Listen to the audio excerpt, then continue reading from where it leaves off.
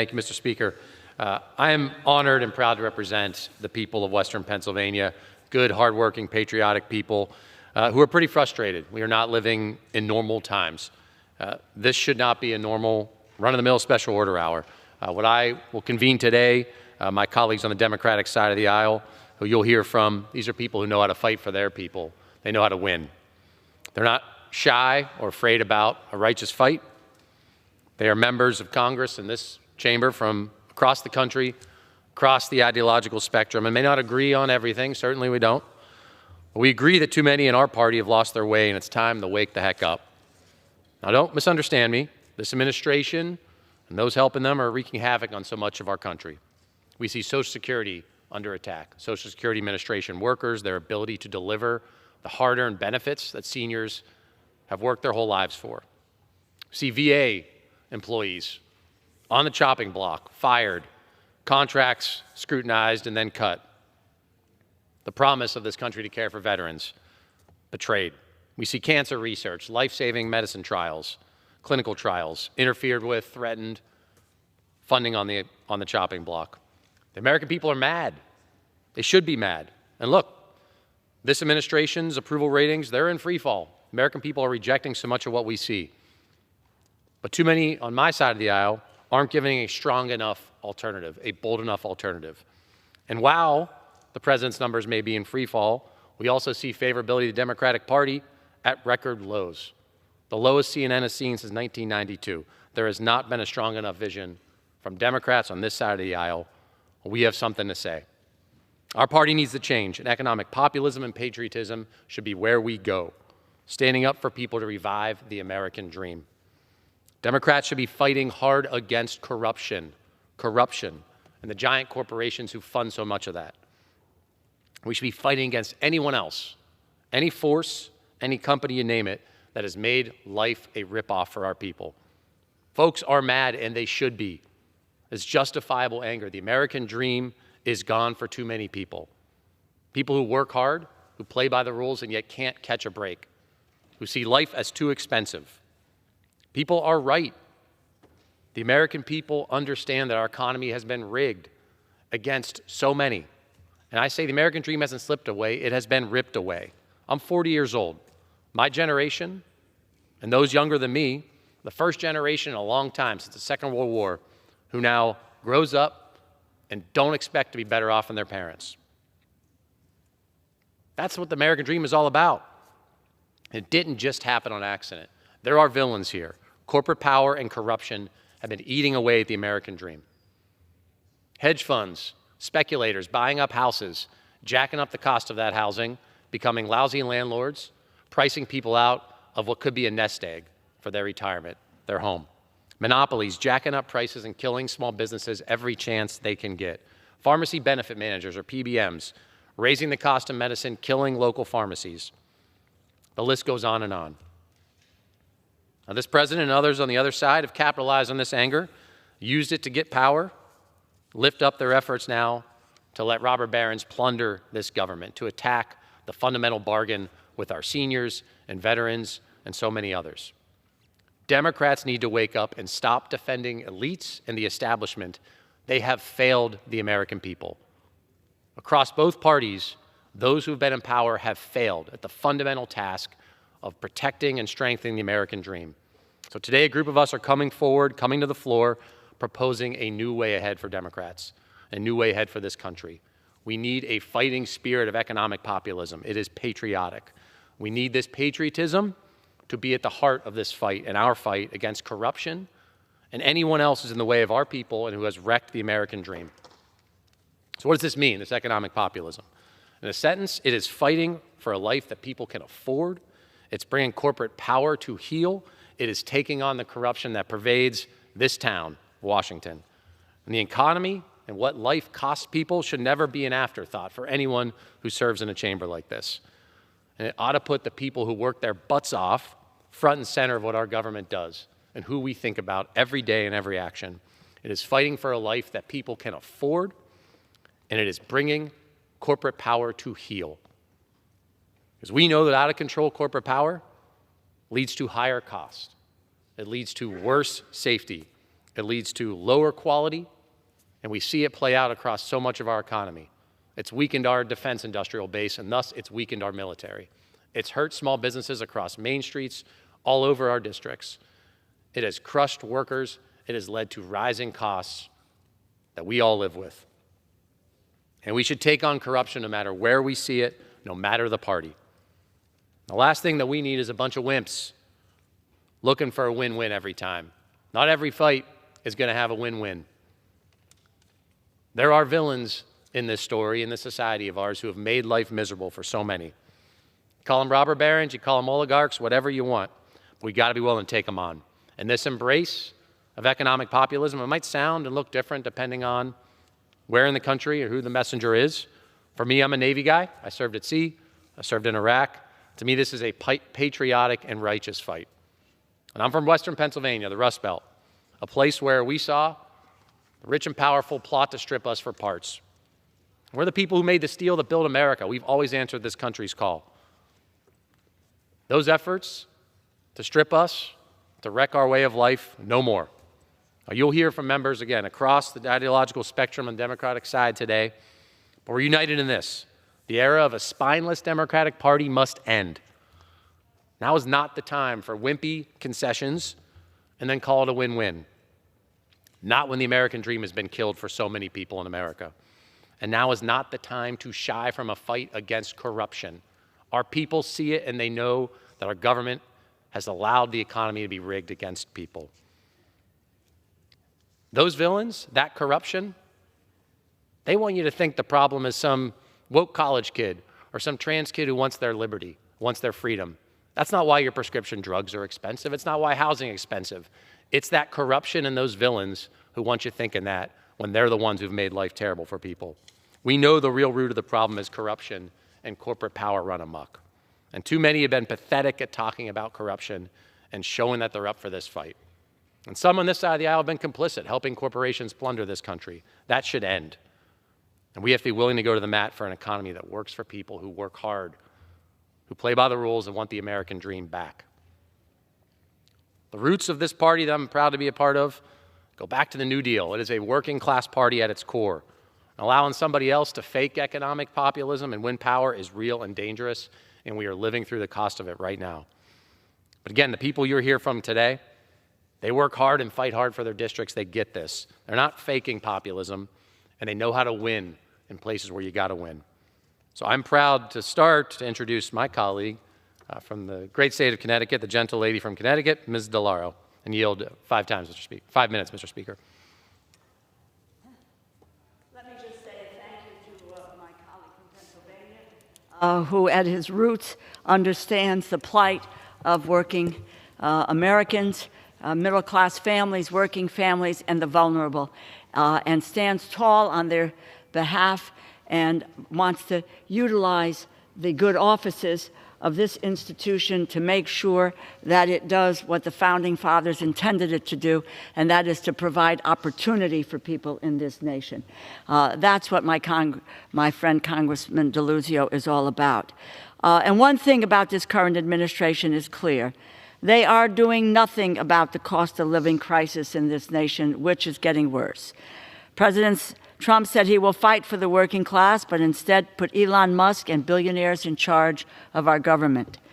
I applaud again Representative DeLuzio for hosting this special order, economic patriotism, taking on corporate power, as well as for all his work supporting the right to organize, creating well-paying union jobs here in America. High prices are devastating the middle class, working class, and the vulnerable. Since my very first day in the Congress, I have been focused on lowering the cost of living for Americans who struggle to get by. And I am appalled by how many families who are struggling to afford basics while corporations get bigger, richer, and more influential over our lives than ever. President Trump, as I said, campaigned on lowering prices. He pledged to, quote, bring food costs down on day one. Instead, the opposite has happened. Food costs are rising. His own USDA, Department of Agriculture, recently reported egg prices could rise 41% over the next year. Since taking office, he has done nothing to help families struggling at the grocery checkout.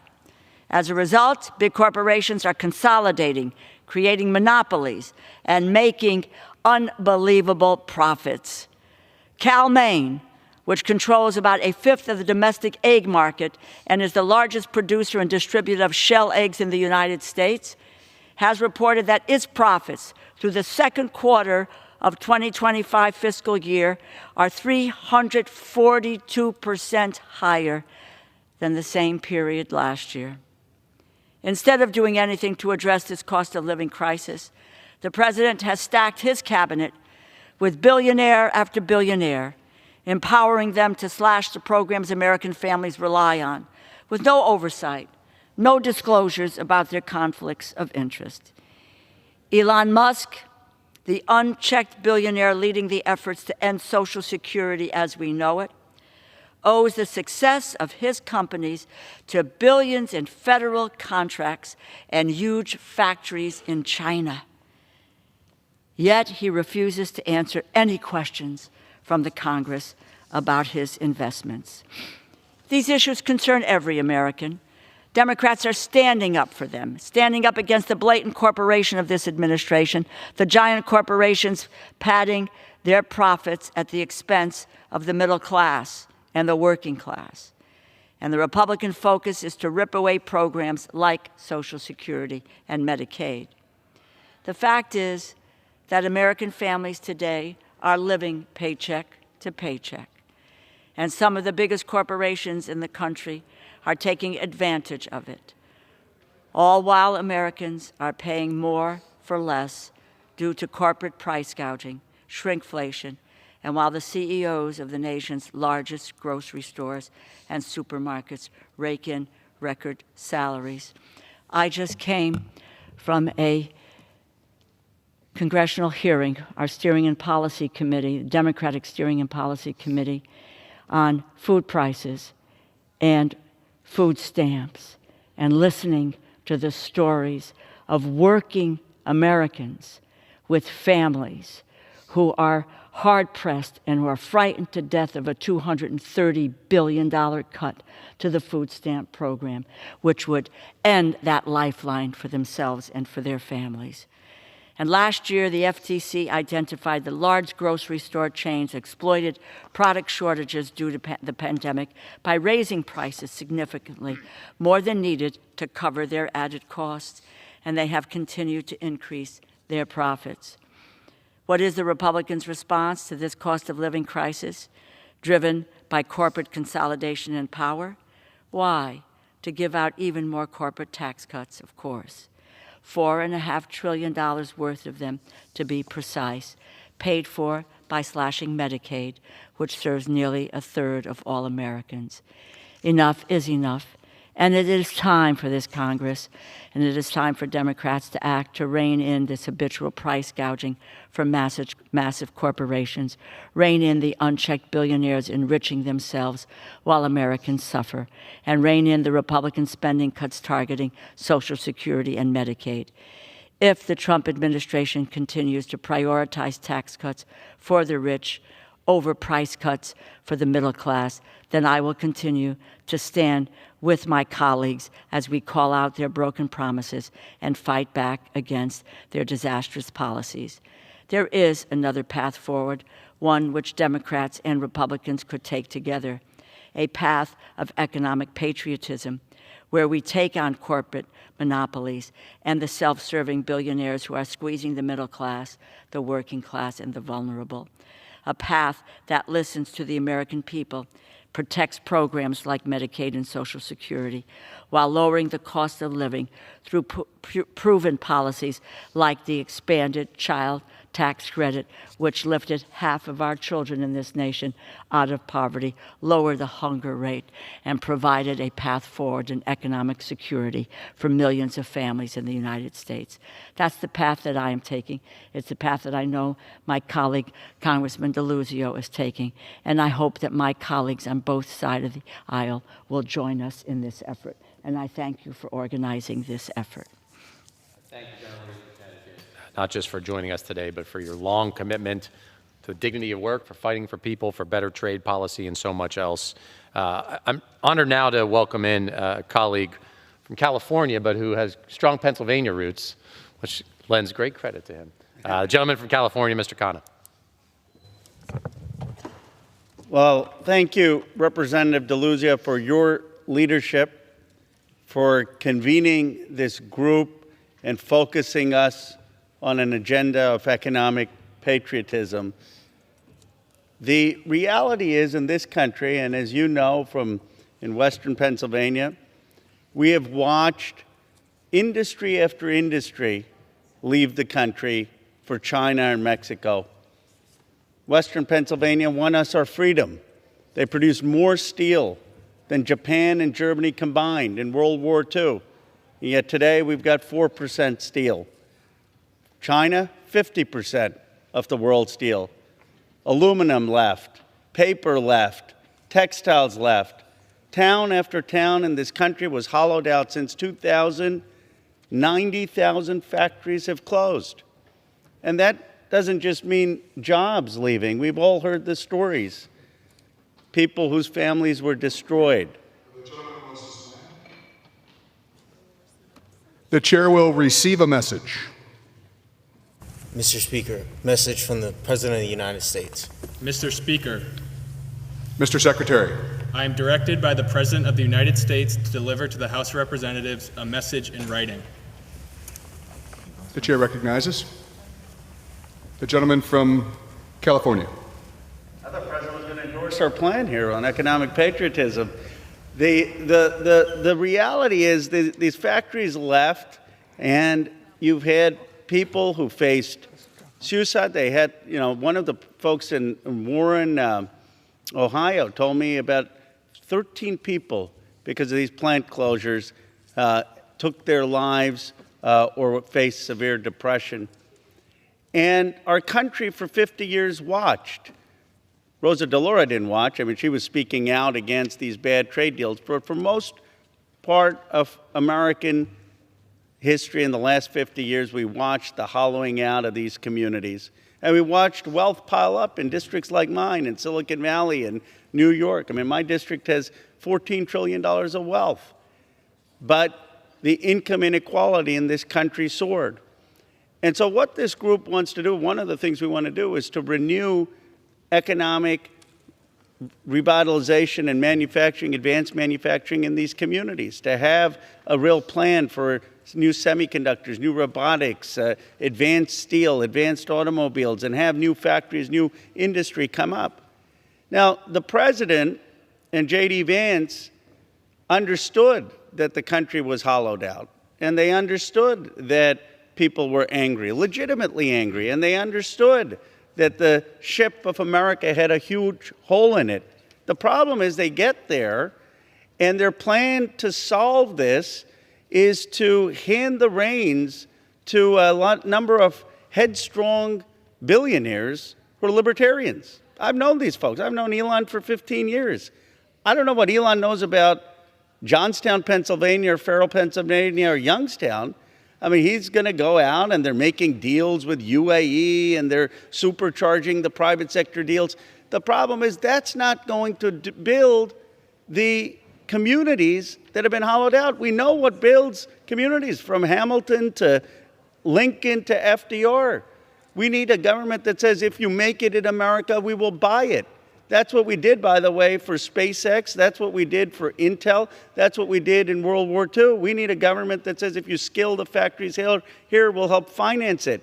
We need a government that says, we're going to work to invest in the plumbers and electricians and machinists so that we can actually have a workforce that builds these the new factories we need. We need to say that we're going to have housing in this area to have economic revitalization. We need a national economic development strategy. And Senator Rubio and I actually co-authored a bill on that. But that's not what the White House is doing. Instead, they think that just having these billionaires cut deals with the private sector is going to help the working or middle class. It'll help my district.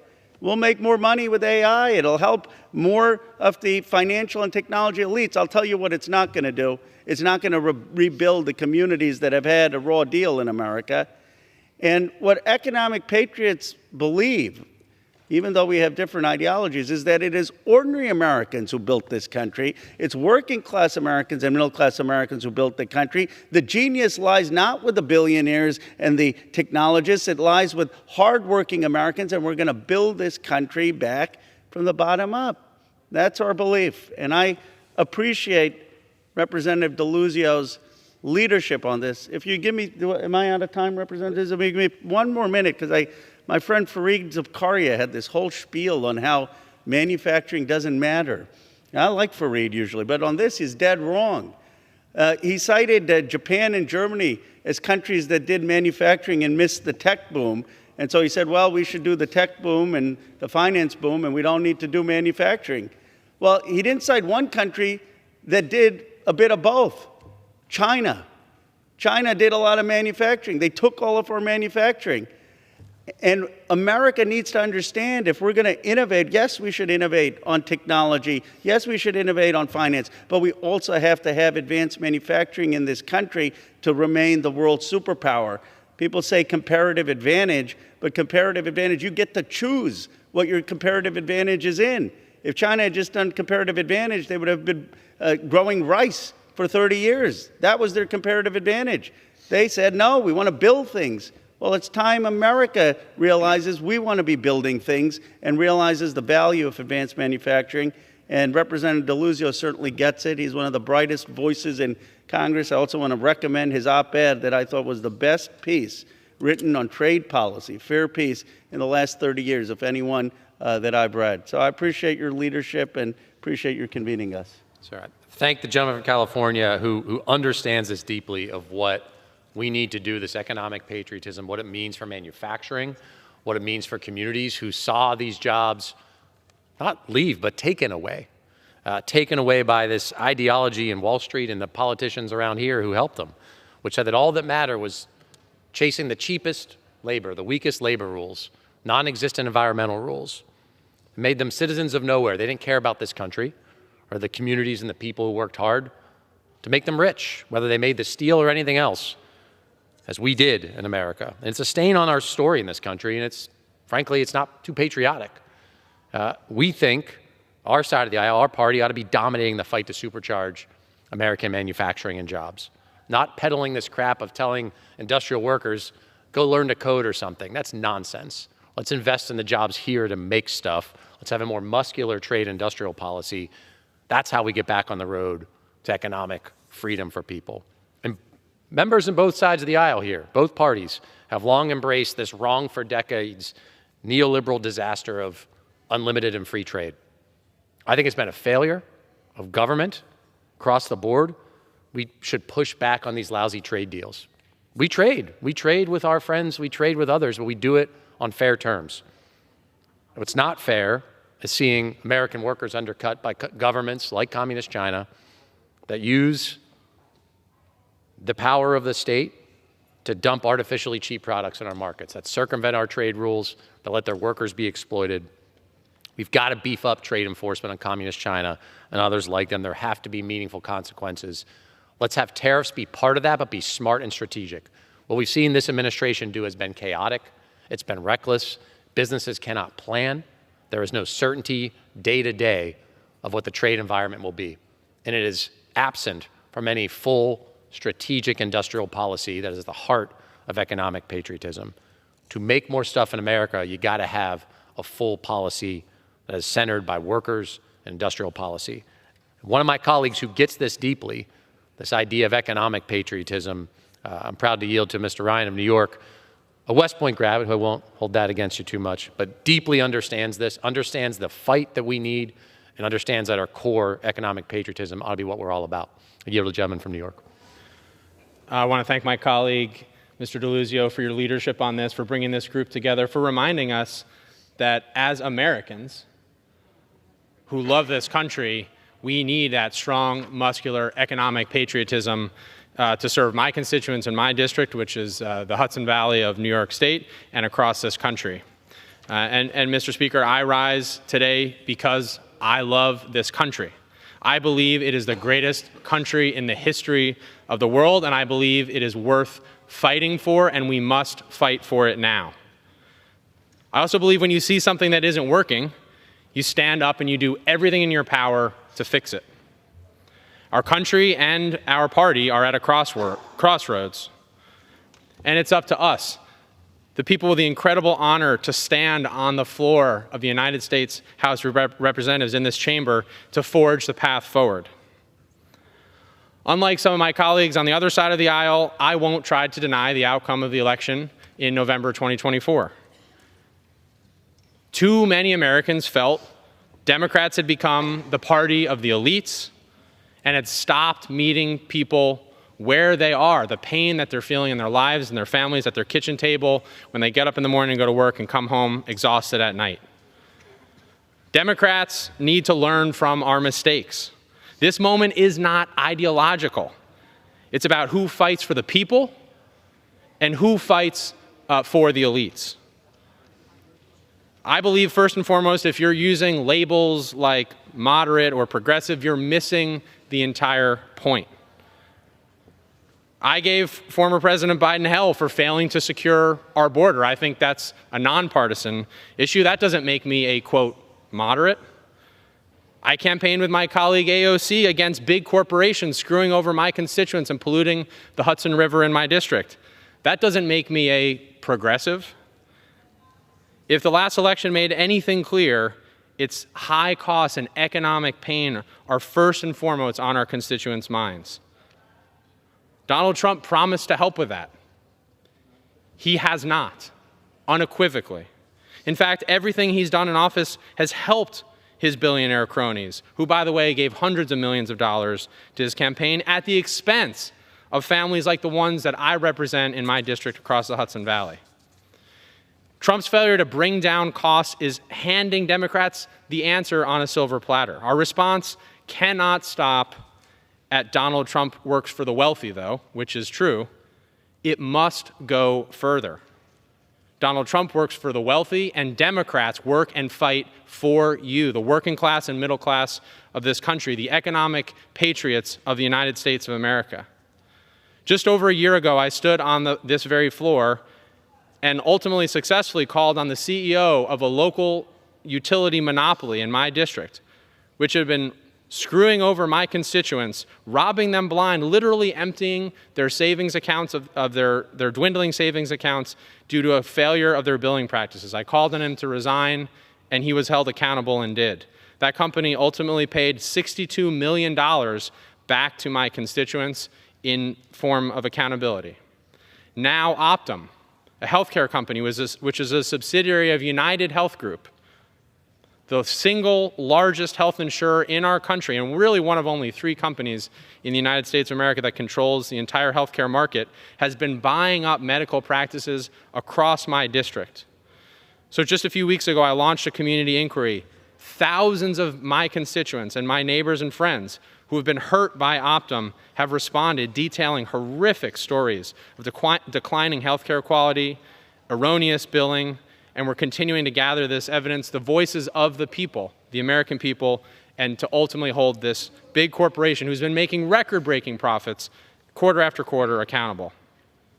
Another example, for months, broadcast companies, big telecoms in New York, were in a deadlock fight over streaming rights that left over 1 million New Yorkers, paying customers, staring at blank screens, trying to watch sports games to take their mind off of all the pressures in their lives. Knicks fans and Rangers fans who'd paid couldn't see. As one of those fans, I was mad as hell that I had paid and couldn't watch a game while a multi-billion-dollar corporation kept raking in more profits and didn't seem to care at all about their paying customers.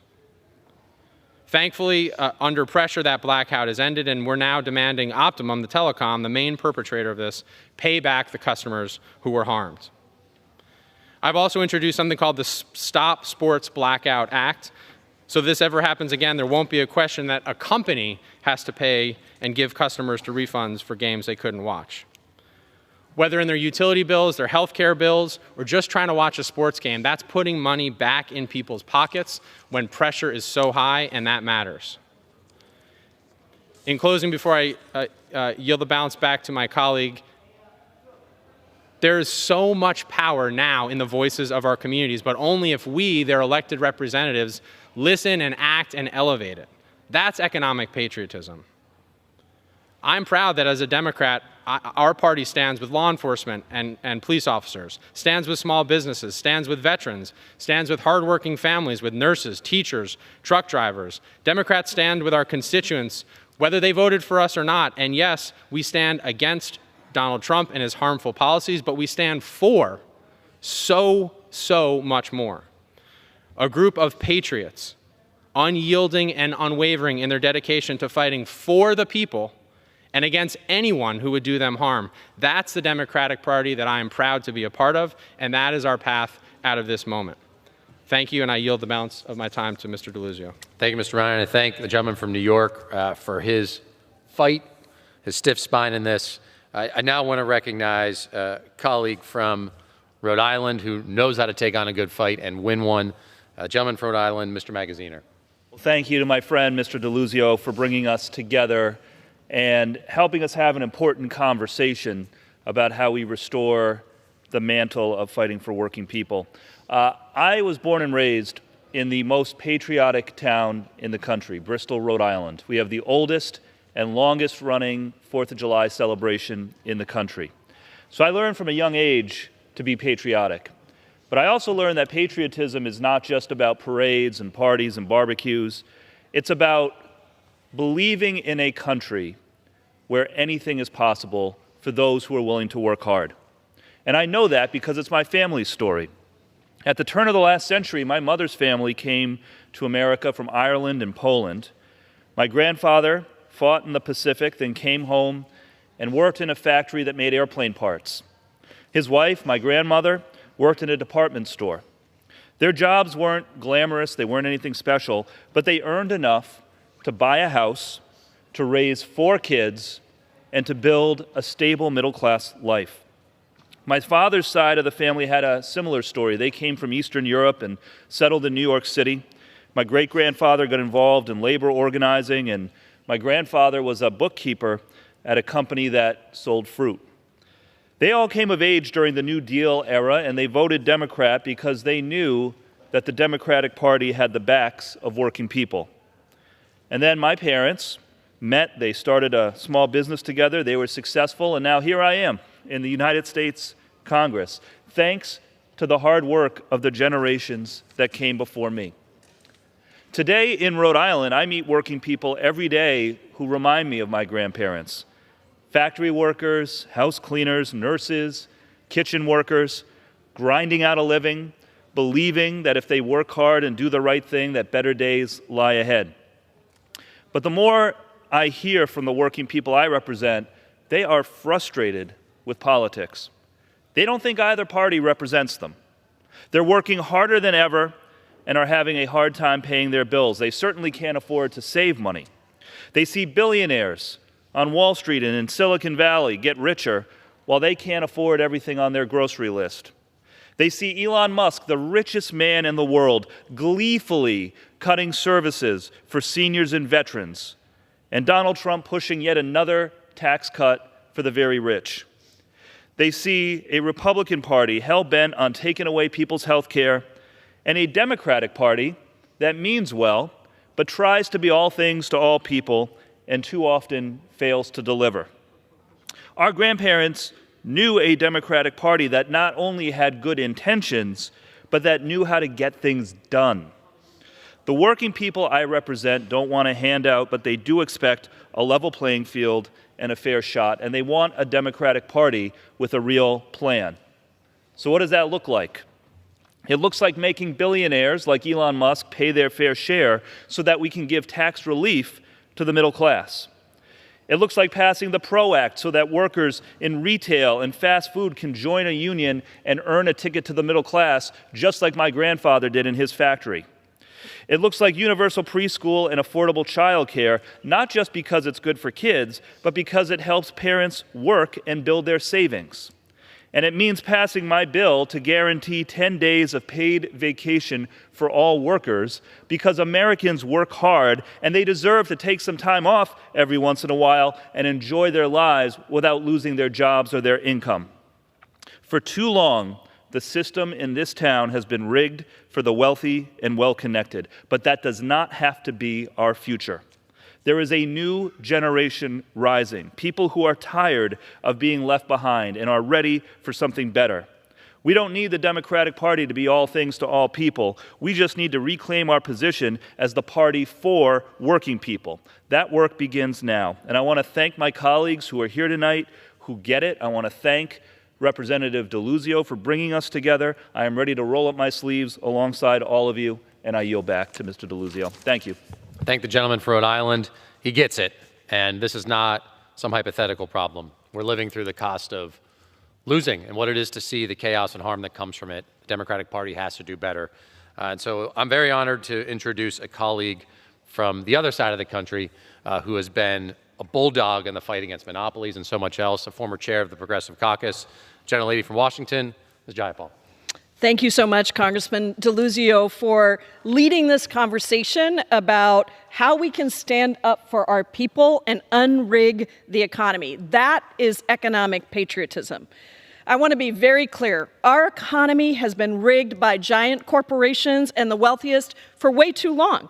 And as these corporations consolidate more power, the rich get richer, and everyone else is just struggling to get by just on the basics. They need groceries, housing, healthcare, basic medications. Private insurance companies are now buying up your local healthcare clinics and doctors' offices. In my home state of Washington, a handful of healthcare systems control 90% of hospital beds. And what does that mean? It means that people are seeing their costs triple while the quality of care goes down, all so that big pharma and corporate CEOs can pad their already overflowing pockets. Mergers are pushing independent grocery stores out of business. Today, just a few supermarket chains control all of the grocery stores in the country. Albertsons and Kroger's, two of the big grocery chains, actually tried to merge, and I was so proud to lead the amicus brief with other members of Congress to actually oppose that merger. And thanks to Democrats and the FTC under Lena Khan, we were able to stop that merger. Because we know and we've seen that when these mergers happen, corporations shut down stores, they fire workers, and they raise prices. Look at the housing market. When rents are sky high, and there literally is not a single place in the country where someone can afford rent on the minimum wage, private equity is coming in to buy up the apartments and colluding to drive up the rents so it's even more unaffordable to keep a roof over your head. It wasn't always this way. From World War II to the late 1970s, we actually rigorously enforced our antitrust laws to ensure that mom and pop businesses had a chance to compete against these mega companies. Consumers had choices, and workers had good jobs. And you know what? Our economy actually grew. But starting with Republican President Ronald Reagan, that antitrust enforcement dwindled down and large corporations took over. And today, income and wealth inequality are higher than they have been in a century. And 2 months into the Trump administration, wages are still low and prices are still high. Does not need to be this way. We do not, in the richest country in the world, we do not suffer from scarcity, we suffer from greed. And we have to be willing to take that on.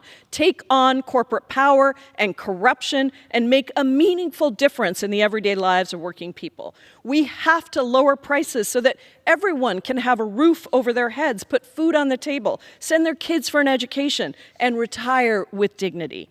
We have to have living wages for every worker, and we have to tax the billionaires so that they just pay a little bit more of their fair share like everyone else is doing. We can and have to break up the largest corporations so they can't keep screwing regular people. We got to stand up and fight back against corruption, against greed, against consolidation, and for the American people to have that American dream. That is economic patriotism. That's what we're going to fight for, and I'm so grateful to my colleague from Pennsylvania for making sure we put that out there. I thank the gentlelady from Washington, spot on, and I'm reminded of a quote from President Franklin Roosevelt, who faced the same kind of complaints from then, who he called the economic royalists. We can call them robber barons, oligarchs, you name it. They complained that they said FDR was trying to overthrow the institutions of America. And I'll quote President Roosevelt.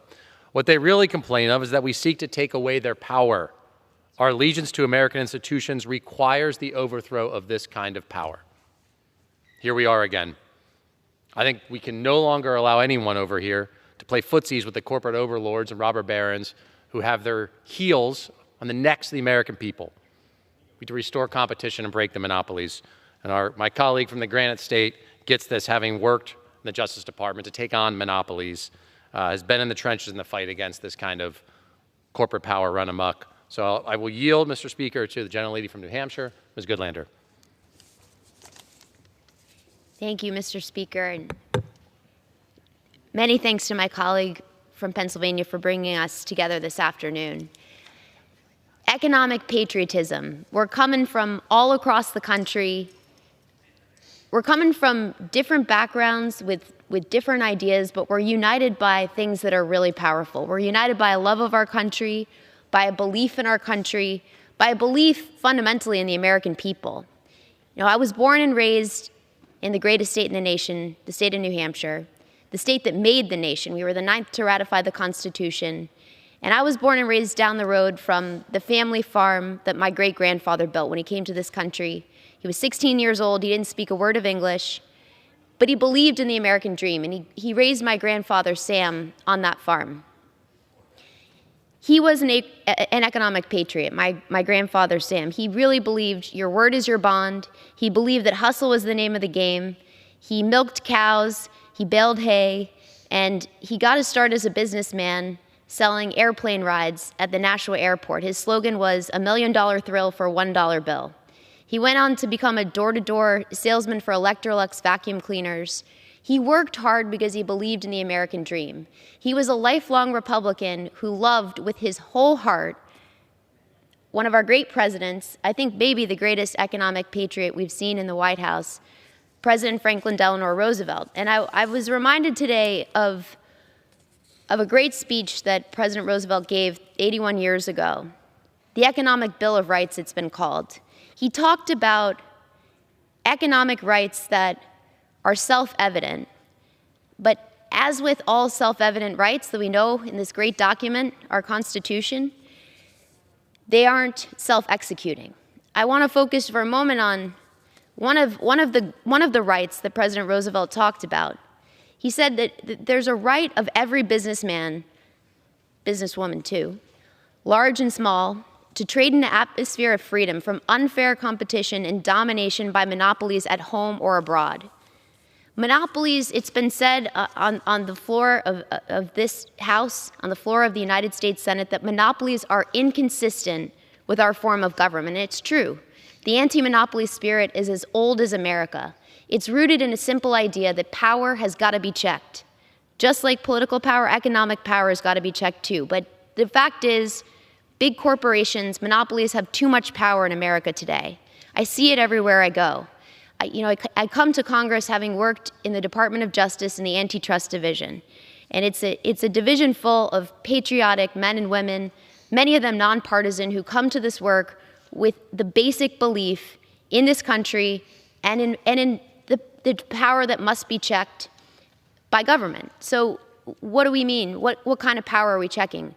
Every day on this job, as I've traveled around the state of New Hampshire, I hear about big agricultural corporations that are screwing family farmers, like the family farm I grew up down the road from. Big health insurers who are charging you more for less. Big health insurers who are rolling up the entire industry, from providers to hospital beds to the prescription drugs that people rely on for their lives. Big tech companies that are using your data, your valuable data, for their own gain. The list goes on. As we look across our consolidated economy, we see that corporate power has reached its apex in industries big and small, from door locks to the defense industrial base. We've always found common ground in this country around the basic idea that just like political power's got to be checked, economic power's got to be checked too. And I'm so grateful to my colleague from Pennsylvania for bringing us together today. What I'd say is our antitrust laws are alive and well, but they could use an update. And I look forward to working with everyone here today and in the days ahead to make that dream a reality, because it's core to the American dream. So with that, I yield back to my friend from Pennsylvania. Speaker, I thank the gentlelady from New Hampshire. And this corporate power, we feel it in so much of our economy. It's also what we feel that corrupts this place, our nation's capital. We see it with the unlimited money that runs through our elections, unlimited super PAC spending that corporations can dump in to buy the favors they get from politicians. People who we represent, Democrat, Republican, Independent, you name it, they hate this corruption. They see it, they smell it, they know it's crooked. It is why you have pharmacy benefit managers extracting profits on the backs of people's medicine, killing chain pharmacies. It's why you can't even fix your own stuff, that we even have to fight for the right to repair. I mean, what could be more American than the idea that you could fix your own stuff, whether it's a tractor, a car, an ice cream machine, you name it. This right to repair goes to the heart of this. It's why you see housing costs out of control, with Wall Street buying up housing and then buying influence down here. It's also why you see the obscene practice of people getting rich in Congress, trading stock on information they may learn in their job serving the people in Congress. It's corrupt. We ought to end it. I'm proud to yield now to a colleague of mine who gets this fight against corruption, who's organized workers, who leads the Congressional Progressive Caucus. Gentleman from Texas, Mr. Kassar. Thank you, Mr. DeLuzio. I'm Greg Kassar. I'm proud to represent the heart of Texas in the United States Congress, to chair the Congressional Progressive Caucus. But before all that, I started my career as a labor organizer. And I saw up close how corporate lobbyists and corrupt politicians would trade campaign contributions for corporate tax breaks, and how they would trade lower wages for workers for fatter paychecks for CEOs and their political friends. They thought that working people could do nothing about this. They thought their workers were too divided to push back. But on construction sites, guys who spoke different languages and who came from different places were pissed off, and they were willing to put their differences aside to come together and fight back, stop the corruption, and demand a fair paycheck. We didn't win by going on bended knee and begging big corporations for better treatment. We did it by unifying working people around some central ideas: that Americans deserve a good pay for a full day's work, and that taxpayer dollars are meant for the common good. They are not for corporate welfare. Those ideas brought workers together to win historic wage increases and better benefits in the heart of Texas. And this is what we need today in America. And this is what we need the Democratic Party to be all about. The central goal of the Democratic Party should be to break the unholy alliance between corporate greed and corrupt government. We can't just beg CEOs to please bring down prices. We have to break up the giant monopolies that are screwing over consumers and small businesses alike. We can't just beg big CEOs to say, please be nicer to us. No, we have to get big money out of politics so that the ultra-rich don't have a bigger say in this country than the everyday person. And we cannot just beg corporations to give people a raise. We have to unionize workplaces and pass laws that protect the American worker and the American worker's wages. And to get there, we have to transform the Democratic Party into a party that fights for working people first, no matter what, and into a party that is willing to stand up to the powerful special interests that are screwing over working people. Because if we love our country, we have to be willing to fight for the people who make it work. I yield back to my friend, Mr. DeLuzio. Thank the gentleman from Texas. You want to respect hard work, you got to respect the people who do that hard work. That's at the core of this, and respecting the labor movement is so central. I'm from Western Pennsylvania, which is sacred ground in that labor movement where people bled for the right to organize. That fight continues. I recognize now a colleague from Oregon who gets this, who understands about the dignity of work and fighting for our people. A gentlelady from Oregon, Ms. Hoyle. Thank you. I'm Val Hoyle, and I represent the Central and South Coast of Oregon. I'm a proud third-generation union member with a background in sales and international trade, and I came to Congress to fight for working people. My family's path to the middle class was made possible because of the labor movement. My grandfather immigrated from Ireland and worked as a union laborer building bridges. It was hard work in unsafe conditions conditions that are significantly better because of the building trades unions. My father was a firefighter and became president of his union to fight for better wages and safer working conditions. The contract he and his team negotiated while management tried and failed to break his spirit took his members from poverty wages to a family wage job. IAFF Local 789 is still working under that contract 40 years later. I grew up going to union halls and picket lines and with my father fighting to elect pro-worker candidates. So naturally, I became a member of Unite Here Local 26 as a union waitress during the AIDS crisis, where fellow union members had the dignity of health care and death benefits when they needed them because we belonged to a union. And I'm proud to say my son's a Teamster. I understand what's at stake for the working people of this country and my district because it's my story too, and I came to Congress to fight for everyday people to have a fair shot, to live in dignity and make a fair wage while they work hard and provide for their families. That's why I believe in economic populism, which is not just about talking at people. It's about listening to them and truly representing them. The fact is, workers feel left behind and that the two-party system doesn't represent them. Republicans have tied in with billionaires and restricted the rights of workers to organize and have union representation wherever possible. And while they're telling them that their enemy is their neighbor. And too many Democrats show up on a job site seemingly from a sense of noble obligation with wonky academic explanations about why everything's fine, even when everyday Americans can't make ends meet. I had an operating engineer tell me last week that he thinks both parties are pissing on his leg and telling him it's raining. We have to understand that working people do not want a handout. They want a good job and a pathway to the middle class and a comfortable retirement. And those opportunities have slipped away for too many people.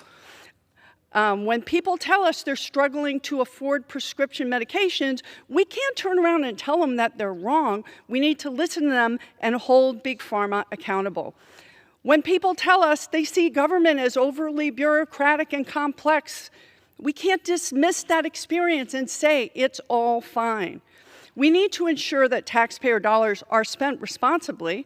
So, of course, addressing waste, fraud, and abuse is important. We also need to make sure our veterans, our seniors, and the most vulnerable among us receive the benefits they've earned and not break government under the guise of efficiency. Democrats are the party that championed and protected things that working people rely on, like the Affordable Care Act, Social Security, stronger unions and workplace protections, the 40-hour work week, overtime pay, public education, and strong consumer protections. However, we need more Democrats whose filter for what they do in Congress is, will this help working people, as opposed to giving lip service in some disconnected way. We should all be fighting hard against corruption and for a real path to the middle class. Young people want to be able to work one job and afford to buy a home and raise a family. And that is not the reality for too many Americans. That's what Democrats should stand for and be working for every day. Our party must embrace economic populism and fight to revive the American dream, standing up for working people and giving them a chance to succeed. I yield back. I thank the gentlelady from Oregon, Mr. Speaker. Tonight, we've heard from members, my side of the party, Democrats from across the country, representing a lot of different districts, but are all speaking out on ways that we're fighting corruption and the excess of corporate power and the ways the Democratic Party ought to move forward, not for Democrats, but for everyone in this country. I want to thank my colleagues for joining me here today to say loud and clear that things need to change. Economic populism and patriotism ought to be where we go, standing up for our people without apology to revive the American dream. I have the honor of representing a battleground competitive district in Western Pennsylvania. My time here in Congress, I've been dead set on lowering costs, battling corruption, confronting corporate power. That means promoting competition and taking on monopolies, giving small businesses a shot to compete, fighting against these lousy trade deals that stripped communities for parts. It means making more stuff in America, cracking down on junk fees and price gouging, and standing up without apology for the union way of life. These are economic priorities to bring down costs, and they are good policy. The American people support them. We know that. Everybody hates getting ripped off. Everybody hates working hard and yet still not seeing a life that you can succeed in. If you want American capitalism to succeed, you've got to have competition in our economy. And there's a tendency by some in politics to try and please everybody. You should take pride in when the bad guys and the villains who are screwing over your people are your enemy. It means you're doing something right. And I'm sick and tired of folks in Washington or the think tanks or wherever else looking for a win-win when there is a villain hurting our people.